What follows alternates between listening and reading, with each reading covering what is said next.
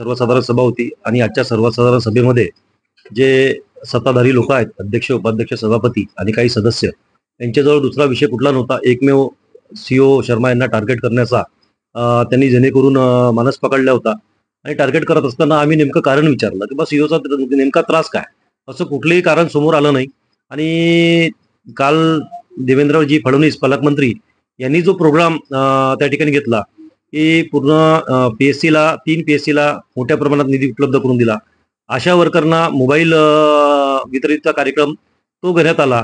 तर त्या कार्यक्रमाला कुठेतरी श्रेय मिळावं नाही पालकमंत्र्याला, या उद्देशातून सीओला कुठेतरी टार्गेट करण्यात आलं होतं. आणि आज त्यांचे सर्व मुंसबे या सभागृहात आम्ही पार केले आणि त्यांचा जो हेतू होता तो सुद्धा साध्य होऊ दिला नाही.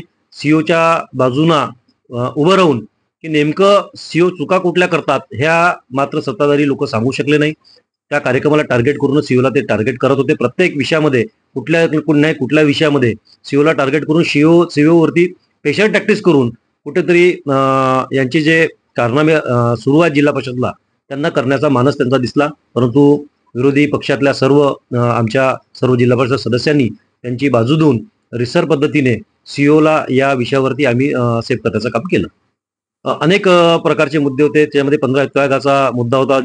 ज्या सदस्यांवरती अन्याय होऊन राहिला, सर्व सदस्यांना समान वाटप होत नाही.